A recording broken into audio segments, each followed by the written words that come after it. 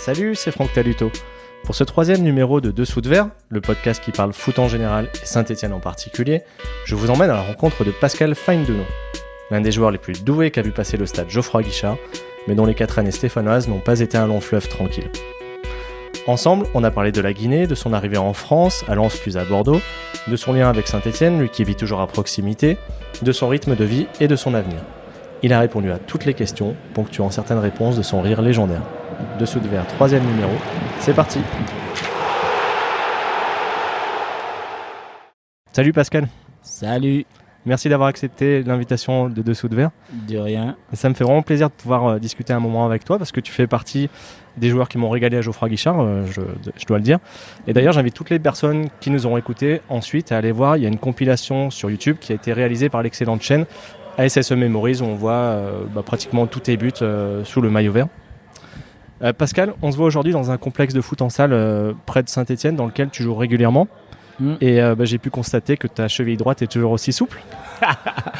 Ah, ça c'est sûr. C'est vrai que bon, on peut pas tout perdre d'un coup. Hein. Il y a les restes encore. Donc, je m'amuse avec les amis.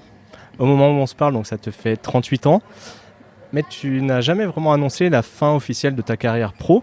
Donc, ma première question, ça va être comment ça va ? Et est-ce que tu es toujours en quête d'un projet, d'un club ? Projet, oui, mais bon, je vais pas. Bon, j'ai beaucoup, mais bon, je vais pas les citer vu que rien n'est encore en place. Donc, je préfère pas en parler. Donc, j'attends le jour. Je te demandais comment ça allait parce qu'il y a 5 ans, tu as eu une petite alerte au niveau de la poitrine après un match en Suisse. Est-ce que tu peux me raconter ce qui s'était passé rapidement ? C'était Bâle contre Lausanne. Et à la fin du match, on avait perdu le match. Déjà, eux, ils fêtaient leur titre de champion. Donc, après le match, sous la douche, j'avais senti une douleur au niveau de la poitrine. Et j'ai crié, j'ai appelé le docteur. Et après, ils m'ont regardé. Et ils m'ont dit de ce que j'avais. Je dis j'ai toujours mal. Ils m'ont pincé partout et je sentais.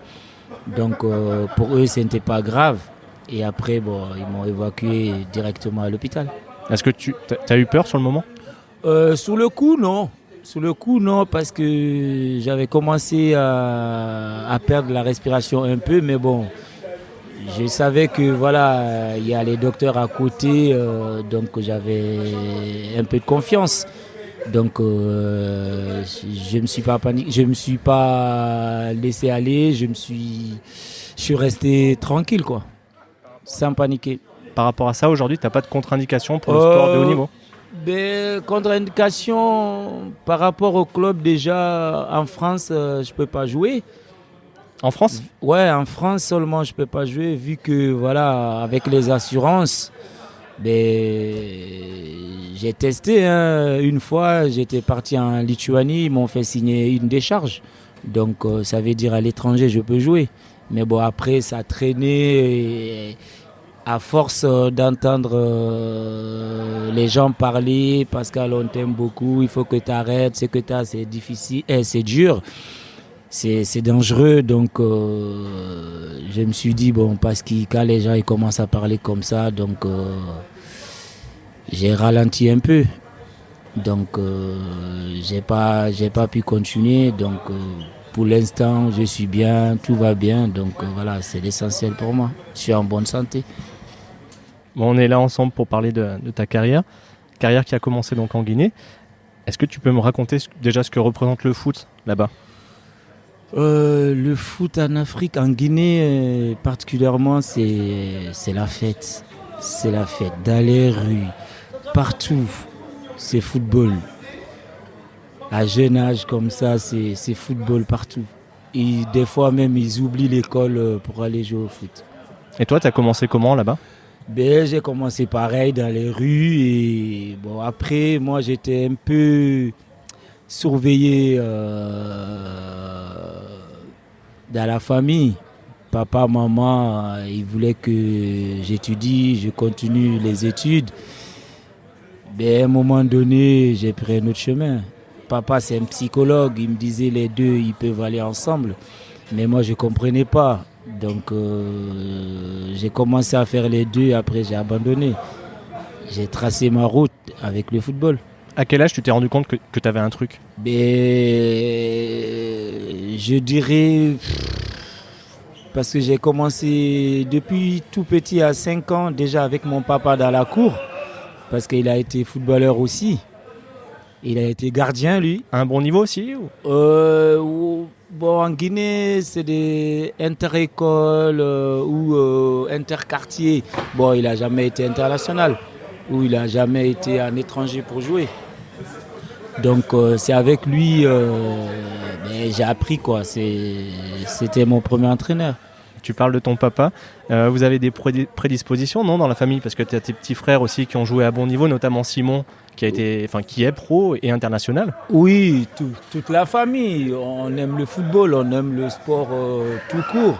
C'est vrai que bon, après Simon, il a commencé aussi à jouer au haut niveau. Il a joué à Lens, il a joué à Istres et après il est parti à Dubaï. Et là, jusqu'à présent, il est à Dubaï. Je reviens sur tes débuts donc, dans la rue. Tu t'es exprimé dans le magazine SoFoot de juillet-août 2019.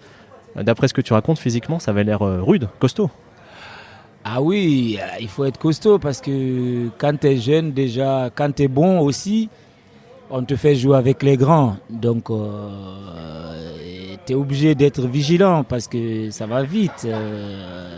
Un petit avec les grands, on te tape toujours. Donc, on te tacle. En plus, il n'y a pas les fautes comme ici. Là-bas, quand tu n'es pas costaud, tu ne pourras pas jouer.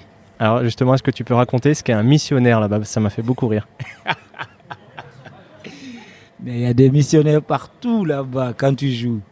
Alors, qu'est-ce que c'est?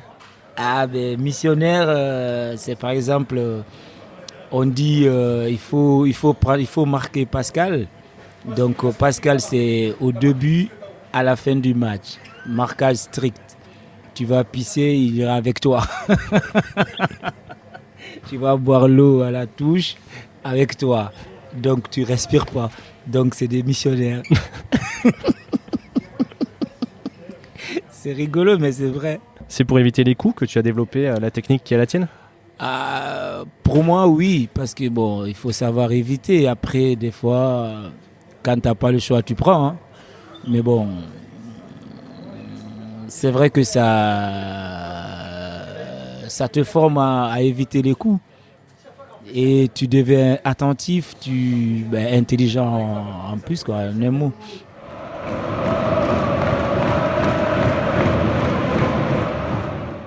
Comment tu te retrouves à Bordeaux vers 16-17 ans?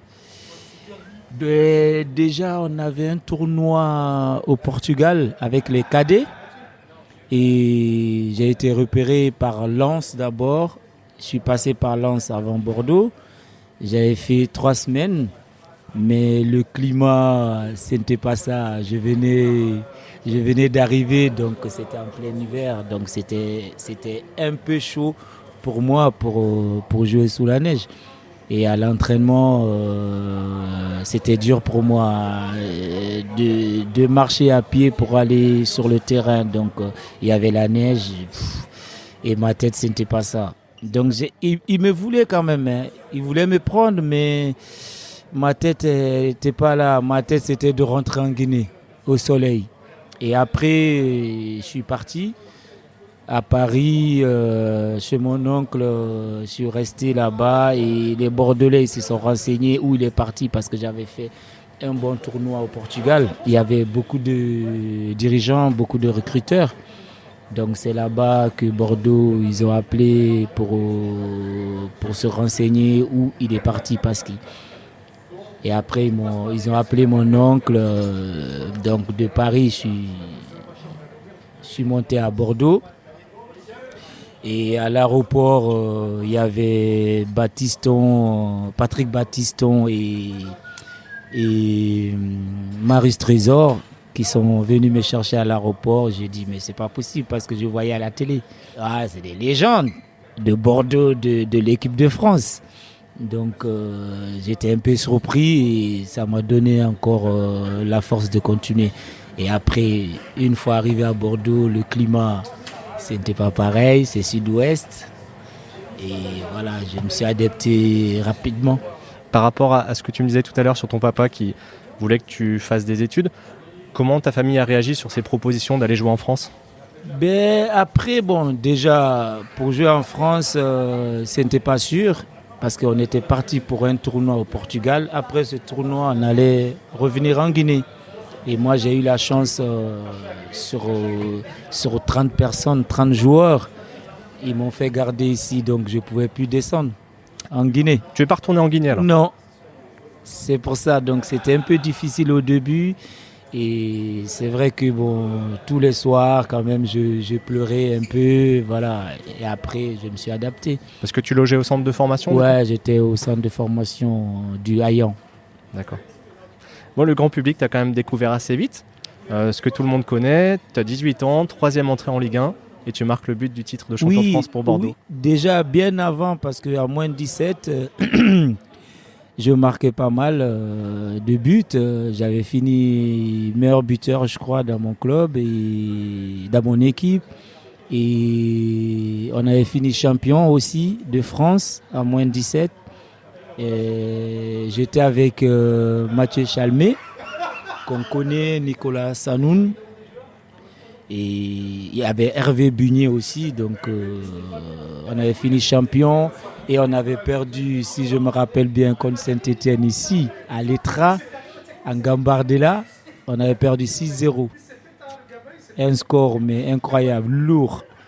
Et après, on s'est rattrapé en phase de finale contre Saint-Etienne, on les a gagnés. Est-ce qu'il y avait des joueurs qu'on connaît ici ? Oui, il y avait Julien Sablé, il y avait Petit Mendy. Ouais, il y avait pas mal. Ça a dû chambrer quand vous êtes retrouvés alors ? Ah ben oui, ça c'est jusqu'à aujourd'hui. Jusqu'à aujourd'hui, c'est comme ça, c'est le football, c'est beau. Mais pour revenir sur cette soirée du titre en 99 avec Bordeaux, tu gardes quel souvenir de cette soirée ? Inoubliable parce que j'avais même pas le contrat professionnel et je jouais des bouts de match jusqu'à la dernière journée. Je jouais 5 minutes, 10 minutes et la dernière journée, Eli Bob, il m'a fait confiance. Donc il m'a lancé dans le grand bain et j'ai pu saisir ma chance quoi. Il restait 10 minutes, il me dit parce qu'il rentre, tu nous fais gagner. Et je rentre, je marque le 3e, le but du titre qui nous a fait champion quoi. La fête derrière, c'était comment ? La fête, quand on est champion, tu sais plus où t'es. Ça a duré jusqu'au matin et en plus il y avait téléfoot le matin. Donc on n'a pas dormi. J'avance toujours dans le temps. À Bordeaux, tu as joué plus ensuite, mais sans forcément t'imposer totalement. Et donc, tu es parti en prêt à Lorient pour prendre du temps de jeu. Alors, vous avez fini dernier du championnat, mais vous avez gagné la coupe. Et surtout, tu t'es éclaté, il me semble, avec Jean-Claude Darcheville. Oui, ça c'est sûr. C'est vrai que bon, j'étais parti à Lorient parce que j'avais pas de temps de jeu. Et c'est vrai que bon, le prêt à Lorient, c'était de s'aguerrir, donc c'était bien pour moi et j'avais joué je crois 36 matchs de la saison et on a gagné une coupe, on a perdu une coupe, je crois on a gagné Coupe de France, on a perdu Coupe de la Ligue contre Bordeaux, mon ancien club. J'ai failli me battre avec Eli. Après, ça c'est le foot, ça arrive, c'est pas mon entraîneur. Donc, après, j'entendais dire les gens, mais t'as pas peur ? J'ai dit, j'ai pas peur. Pourquoi ? Parce que tu dois retourner à Bordeaux. J'ai dit, mais ça c'est rien. Ça c'est rien. Quand t'es bon, il te mettra. Il n'y a pas de souci. Et après, c'est là-bas aussi, j'ai découvert mon ami d'Archeville. Et avec lui, ça se passait très très bien sur le terrain et en dehors. Qu'est-ce qui fait que ça a matché entre vous deux ? Parce que c'est quelqu'un qui rigole beaucoup, qu'il s'amuse. Et après, sur le terrain, c'est plus la même personne. Il a envie de marquer, il a envie de gagner.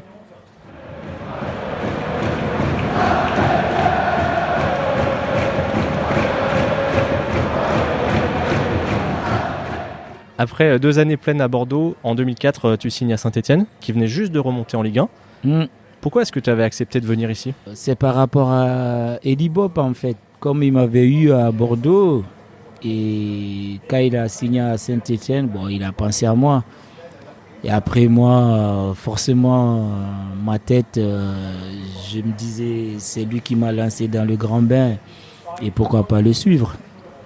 Je me suis dit, c'est un entraîneur pour moi et en plus, c'est un bon conseiller. Et après, ça a marché. Oui, tu as été tout de suite performant. Qu'est-ce qui fait que tu te sentais bien dans cette équipe ? En fait, après, ma nature, elle est comme ça. C'est vrai que moi, je rigole beaucoup, même quand c'est triste dans les vestiaires. Je commence à chambrer un peu pour prendre la température. Après, une fois ça marche, après, voilà, ça a collé avec mes coéquipiers de Saint-Etienne. Comme avec Jean-Claude Darcheville, il y a eu très vite un autre duo qui a fonctionné, c'était avec Fred Piquion. On avait vraiment un jeu, pas qui se ressemble, mais je sais comment il bouge, comment il fait ses appels, donc après c'est plus facile pour moi. Donc on s'entendait bien. Il y a eu une première participation à la Coupe Intertoto avec des matchs en Suisse et en Roumanie. Mais la vraie qualification pour la Coupe d'Europe, c'est en 2008, avec la génération des Baffé, Gomis, Dimitri Payet, Blaise Matuidi, etc. Est-ce que tu te rappelles de cette époque, alors que ce n'était pas du tout gagné au mois de février ? Toi, tu reviens de la CAN et vous faites une fin de saison canon. Ouais, c'est vrai que la saison là, on n'était pas bien au début. Et j'étais... après... Ça, c'était à l'époque parce que le calendrier, c'est plus comme maintenant. Et on regardait les matchs là-bas en Afrique parce que c'était diffusé. Et on avait mal vraiment au cœur, mais on s'est dit... Après, moi, je me suis dit, au retour, il faut faire quelque chose. Parce que c'est pas normal qu'on descende comme ça, je crois, jusqu'au 18e place. 16e ou 18e place, je dis c'est pas normal. Donc au retour, on a commencé à gagner nos matchs jusqu'à se qualifier en Coupe d'Europe. C'était magnifique. Mais c'était dur, mais magnifique. Est-ce que tu t'es senti intouchable dans ton jeu à ce moment-là ? Une fois que Laurent Rousset m'a mis dans l'axe, parce que je jouais sous le côté, c'était pour dépanner, mais je faisais pour l'équipe. C'est comme ça. Et une fois on a changé de système, j'étais intouchable. On ne pouvait pas me toucher. Je pouvais des fois rester dans les vestiaires au massage. Je ne m'entraîne pas parce que je maîtrisais l'époque là. J'étais vraiment bien. Tu étais un peu un des tauliers et puis surtout le grand frère des jeunes joueurs que j'ai cités tout à l'heure. Est-ce que tu avais aimé ce rôle-là ? Un peu, oui, parce que c'est vrai que comme j'ai donné l'exemple sur Baffé, il n'avait pas sa place. À l'époque, là, tous les jeunes, pratiquement, ils venaient chez moi à la maison pour les conseiller. Donc, moi, j'ai donné les conseils petit à petit. Baffé qui pleurait, j'ai pas ma place. Dimitri Payet qui râlaient, je suis toujours remplaçant. Je leur disais, écoutez, c'est simple, il faut travailler juste, après c'est fini. C'est tout, mettez pas la faute sur quelqu'un, il est contre moi. Voilà, j'ai dit, c'est juste le travail qui paye. Quand tu vois Dimitri qui a joué la finale de l'Euro, Blaise qui a été champion du monde, est-ce que tu es fier de les avoir connus ? Je suis fier parce que des fois ils parlent sur moi parce que je me rappelle dans un journal, Matuidi Blaise, il avait dit dans un journal une interview en disant que Pascal c'est le meilleur joueur avec qui j'ai joué. Alors qu'il est champion du monde, il a joué avec les stars. Je dis chapeau, je suis content. Je suis fier. Et donc cet été 2008, tout se passe bien, vous allez jouer la Coupe d'Europe. Tu joues même le premier tour en Israël. À Tel Aviv, ouais. Vous vous qualifiez et puis finalement, fin septembre, tu t'en vas. Voilà, après, ça, ce n'était pas ma faute parce que vu que, bon, après, je sais pas, ça c'était les échos. Le club, ils étaient en déficit, donc il fallait vendre le gros. C'est ce que j'avais entendu. Peut-être après, je sais pas. Sinon, au début, moi, je voulais rester à Saint-Étienne. Et après, quand les Qataris se sont présentés, ils m'ont mis un peu la pression. Après, voilà, à un moment donné, il fallait prendre une décision. Après, je suis parti. Tu as eu le choix quand même? D'un côté, oui, de l'autre, non. Parce que, bon, après, ce que tu gagnes là, on te propose d'autres salaires ailleurs. Toi, tu veux rester. Et après, quand on te force... Après, tu es obligé de... Pas obligé de partir, mais tu pars, quoi. Du coup, finalement, tu auras joué 4 années sous le maillot vert de 2004 à 2008. Ouais. Tu retiens quoi de ces 4 années? Les bonnes années. Après, il y a une saison que voilà, ça s'est mal passé avec les supporters. Mais bon, après, ça c'est le foot, c'est la vie, c'est le métier. Si je n'étais pas footballeur, peut-être ça n'allait pas être comme ça. Mais ça m'avait fait mal au cœur. Mais bon, après, on s'est réconciliés. C'est fini. Parce qu'ils avaient écrit des banderoles. Je me rappellerai de ça toujours. Pascal, virgule, c'est les bars de Saint-Étienne qui te regretteront, mais pas nous. Ça m'a fait mal. Et après, j'étais dans le couloir, j'ai vu ça et j'ai dit Pascal costaud. Et j'avais fait un bon match ce jour-là et les banderoles, ils ont plié petit à petit. Après, ils m'applaudissaient, mais voilà, je ne calculais pas. Et un jour, ils sont venus à l'Etra pour s'excuser, pour parler avec moi, mais je ne leur ai pas donné le temps. C'était trop tard pour toi? C'était trop tard. C'était trop tard, mais après, c'est fini, c'est comme ça. Aujourd'hui, quand tu croises les gens dans la rue ici, puisque tu habites près de Saint-Étienne, on en reparlera. Aujourd'hui, c'est amical? Oui, c'est amical, c'est fini. C'était le moment, c'est le passé, c'est fini. Je ne suis pas rancunier.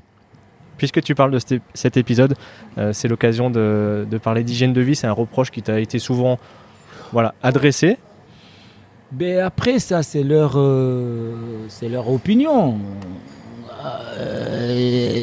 Pour moi, après, c'est vrai que bon, ils parlent comme ça parce qu'il y a les enfants qui montent en puissance, pour ne pas donner de mauvais exemples.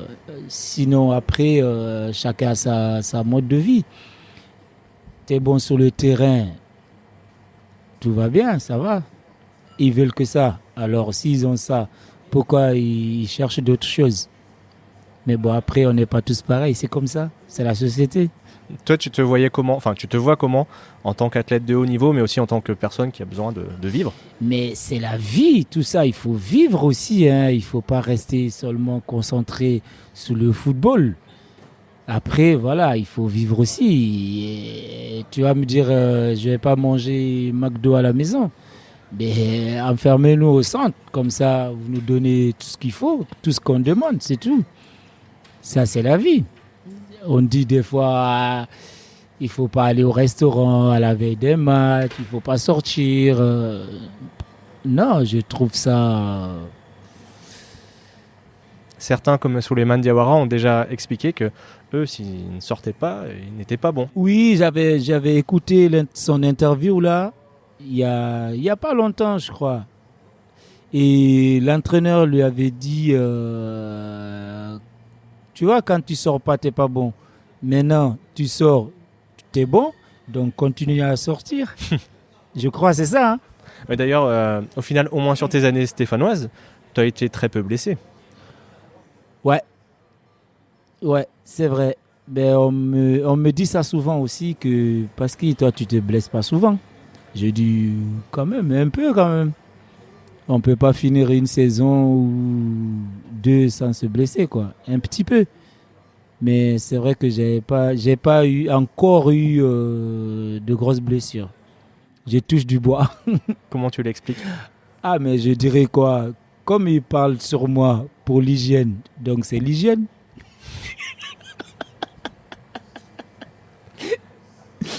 Aujourd'hui, tu vis près de Saint-Étienne. Qu'est-ce qui fait que tu es revenu t'établir dans cette région alors que je crois que tu as aussi une maison à Bordeaux? Saint-Étienne, c'est une belle ville, c'est une ville tranquille. Bon, je suis resté parce que toutes mes trois filles, elles sont nées à Saint-Étienne. Il y a deux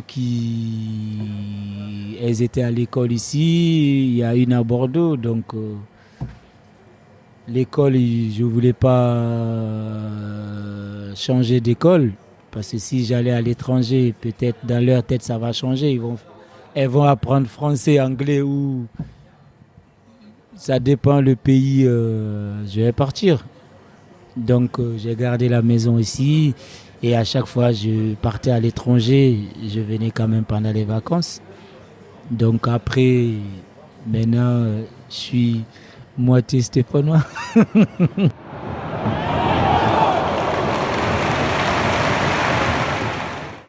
Les quelques personnes à qui j'ai parlé de l'entretien qu'on allait avoir aujourd'hui ont réagi en me disant « Pascal, vu ses qualités, il aurait dû avoir une autre carrière. » Est-ce que tu es d'accord avec ça? D'un côté, oui, c'est leur opinion, oui. Mais de l'autre, non, parce que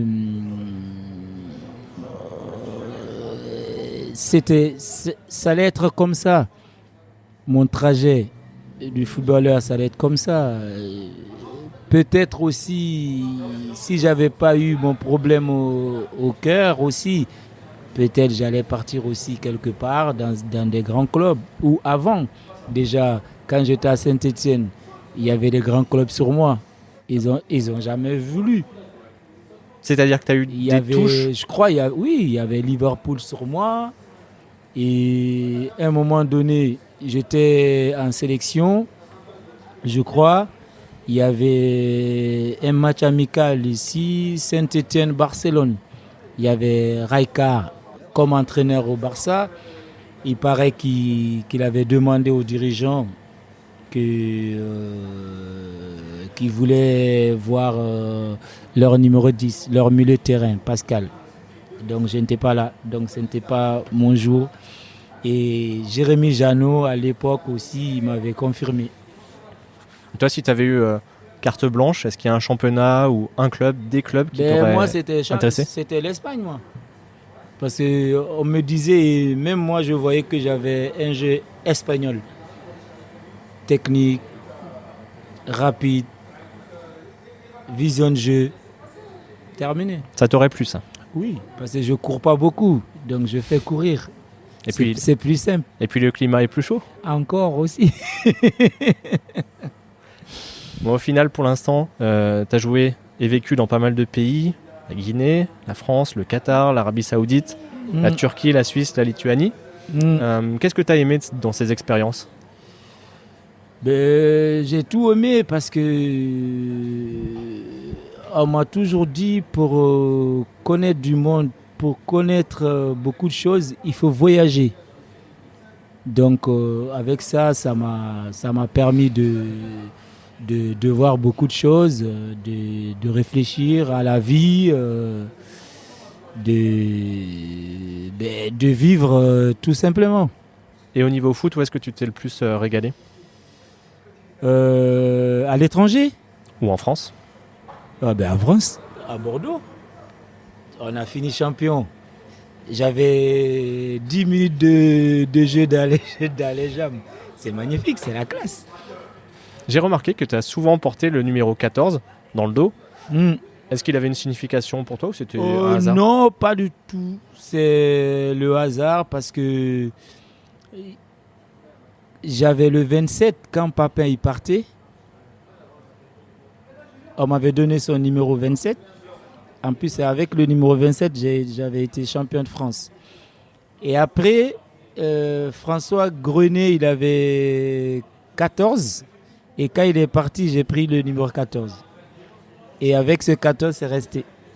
qu'avec la Guinée, tu as disputé plusieurs Coupes d'Afrique des Nations et vous avez atteint notamment 3 fois les quarts de finale. Tu as quel rapport avec l'équipe nationale, toi, le Sili? Ben, ça coule dans mon sang. C'est mon sang, c'est mon pays, c'est la Guinée. Donc, en plus, quand tu portes le maillot du pays, t'es fier parce que c'est pas donné à tout le monde.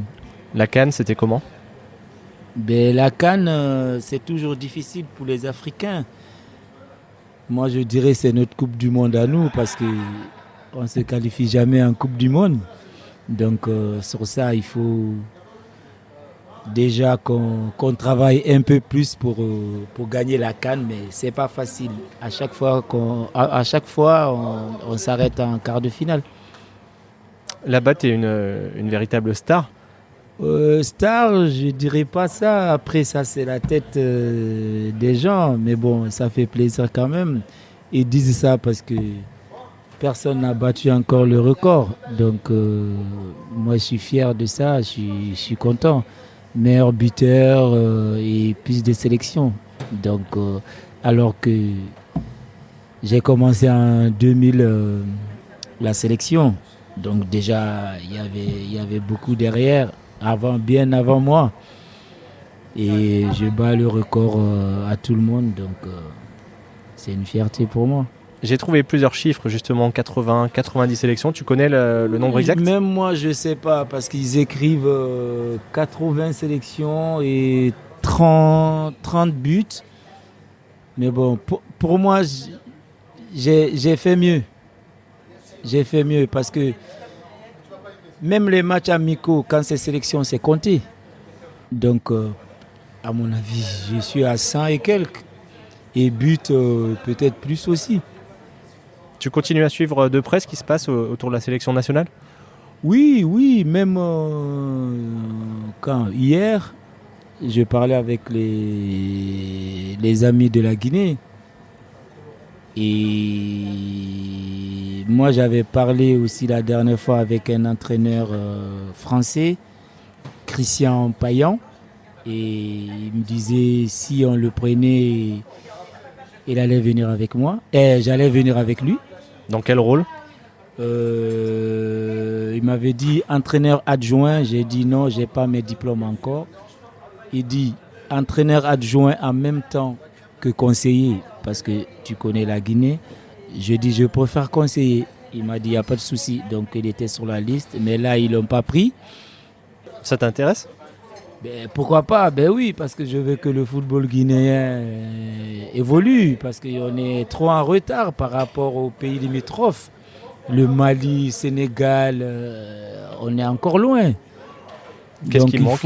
il faut changer toutes les données, quoi. On ne sait pas, mais si un jour je fais partie de la sélection du groupe,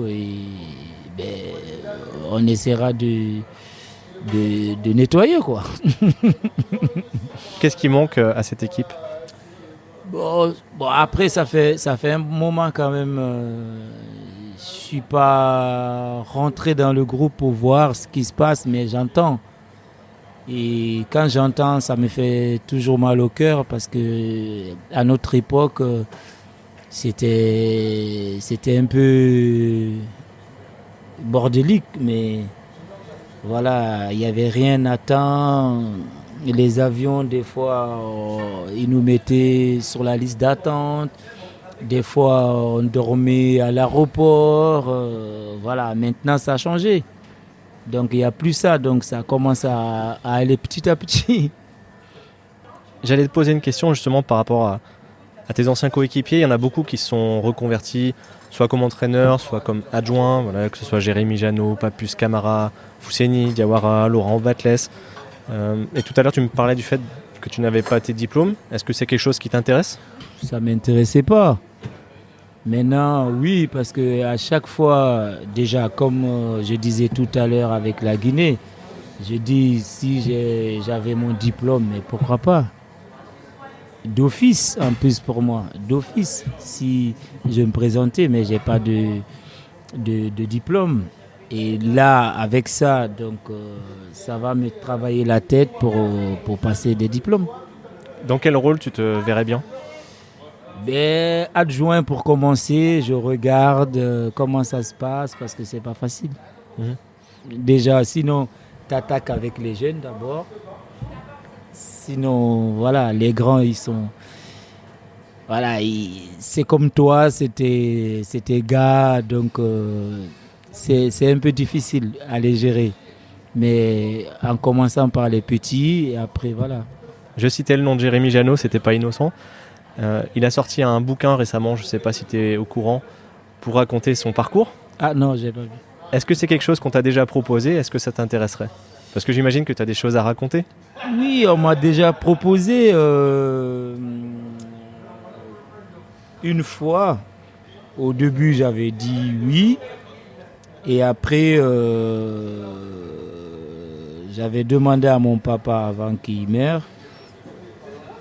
Et j'ai discuté un peu et il m'a dit ça va être long parce qu'il faut tout préparer, il faut descendre en Guinée.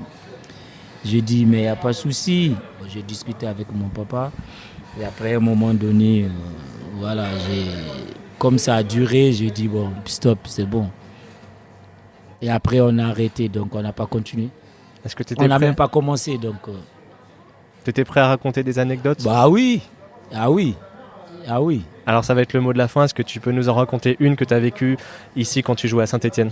Il y en a tellement. Il y en a tellement.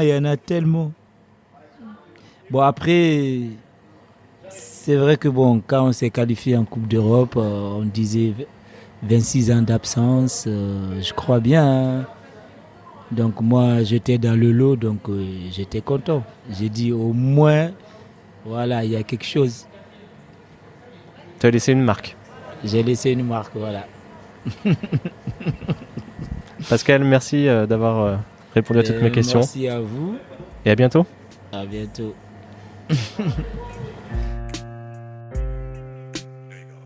Merci à Pascal pour sa disponibilité et sa bonne humeur. Merci également à Philippe pour son aide sur ce 3e numéro de Dessous de Verre. Si ça vous a plu, vous pouvez vous abonner, mettre 5 étoiles sur Apple Podcast, un pouce bleu sur YouTube, en parler à vos proches et sur les réseaux sociaux. Ça m'aidera beaucoup à faire connaître le podcast. Si vous souhaitez prolonger la conversation, faire des remarques, donner des idées, rendez-vous sur la page Facebook ou les comptes Twitter et Instagram de Dessous de Verre. Écrivez-moi aussi par mail à l'adresse dessous-de-verre@gmail.com et on se retrouve le mois prochain. Ciao!